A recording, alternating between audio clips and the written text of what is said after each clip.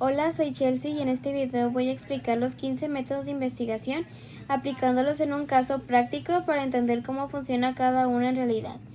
El caso que voy a utilizar es el siguiente. Una estudiante universitaria denuncia a su novio por violencia física y psicológica. Ella presenta mensajes, fotografías de lesiones y algunos testimonios. Sin embargo, el acusado niega los hechos y parte de la comunidad estudiantil la desacredita diciendo que está exagerando. Ante esto se inicia una investigación para determinar si existió violencia y qué consecuencias legales proceden. Primero aplico el método analítico sintético. Con el método analítico divido el problema en partes: la denunciante, el acusado, las pruebas, el contexto de la relación y la legislación aplicable. Después uso el sintético, que consiste en unir todos esos elementos para comprender el caso de manera integral y poder determinar si existe responsabilidad. Luego aplico el método deductivo, que va de lo general a lo particular. La ley establece que cualquier acto de violencia física o psicológica contra la mujer contribuye un delito.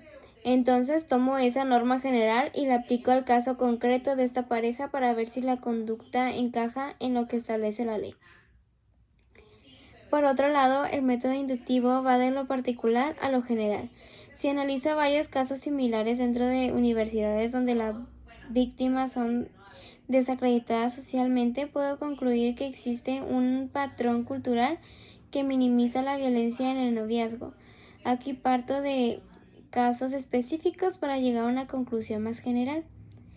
El método experimental lo puedo aplicar si, por ejemplo, la universidad implementa talleres obligatorios de prevención de violencia y después compara estadísticas antes y después de aplicarlos para ver si disminuyen los casos o aumentan la detección temprana. Así se comprueba si una medida realmente funciona. Después está el método explicativo, que busca el porqué de los hechos. No solo me quedo en que hubo agresión, sino que analizo las causas, ya sean celos excesivos, conductas de control, dependencia emocional o patrones aprendidos. Se trata de entender el origen del comportamiento violento. El método dialéctico analiza el conflicto entre posturas opuestas. En este caso, por un lado están quienes apoyan a la víctima y por otro quienes la desacreditan. Esa tensión social puede provocar cambios en reglamentos universitarios o protocolos de género, es decir, la norma evoluciona a partir del conflicto social. El método fenomenológico se enfoca en la experiencia vivida. Aquí escucho cómo la estudiante vivió la violencia y cómo afectó su salud emocional y su vida académica. También escucho la versión del acusado. No parto de prejuicios, sino de la experiencia de cada persona involucrada. El racionalismo crítico implica cuestionar todo. No doy por verdadero automáticamente lo que dice una de las partes. Analizo la coherencia de los testimonios, reviso las pruebas y mantengo una postura crítica. Nada se acepta como verdad absoluta sin análisis. El racionalismo dialéctico establece que el conocimiento evoluciona con la historia. Antes, la violencia en el noviazgo era vista como un asunto privado o problemas de pareja. Hoy se conoce como violencia de género y violación de derechos humanos. Eso demuestra cómo el derecho cambia con el tiempo.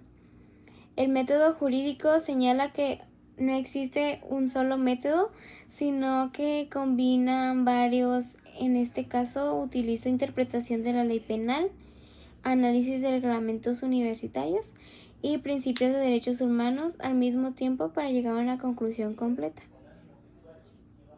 El método exegético consiste en analizar la ley palabra por palabra. Por ejemplo, reviso exactamente cómo se define violencia psicológica o violencia física en el Código Penal y verifico si las conductas denunciadas encajan exactamente con esa definición legal. El método comparado me permite analizar cómo otras universidades o incluso otros países manejan los casos de violencia en el noviazgo. Tal vez en otros lugares existen protocolos más estrictos o medidas cautelares inmediatas, lo cual puede servir para proponer mejoras. El método intuitivo se basa en una primera impresión o aproximación. Al revisar los mensajes o testimonios, puedo tener una idea inicial sobre la existencia de manipulación o control. Sin embargo, esa intuición debe confirmarse posteriormente con pruebas y análisis formal. El método discursivo implica analizar el caso desde múltiples puntos de vista: el de la víctima, el del acusado, el de la institución y el de la sociedad. Paso a paso construyo un concepto más completo hasta llegar a una conclusión fundamentada. El método sistemático organiza todo el conocimiento de forma coherente. Agrupo las normas aplicables, las pruebas, los derechos de la víctima y las obligaciones del acusado dentro de un marco ordenado que permita claridad en el análisis. Finalmente, el método histórico analiza cómo ha evolucionado la legislación sobre violencia de género. Antes no existían leyes específicas ni protocolos universitarios claros. Hoy existen mecanismos de protección y reconocimiento legal más amplios. Comprender esa evolución ayuda a entender el marco jurídico actual. En conclusión, un mismo caso puede analizarse desde distintos métodos de investigación. Cada método aporta una perspectiva diferente y complementaria, y juntos permiten realizar un análisis más completo, crítico y fundamentado en el derecho. Saber aplicar correctamente estos métodos es fundamental para garantizar justicia y protección de los derechos humanos. Gracias.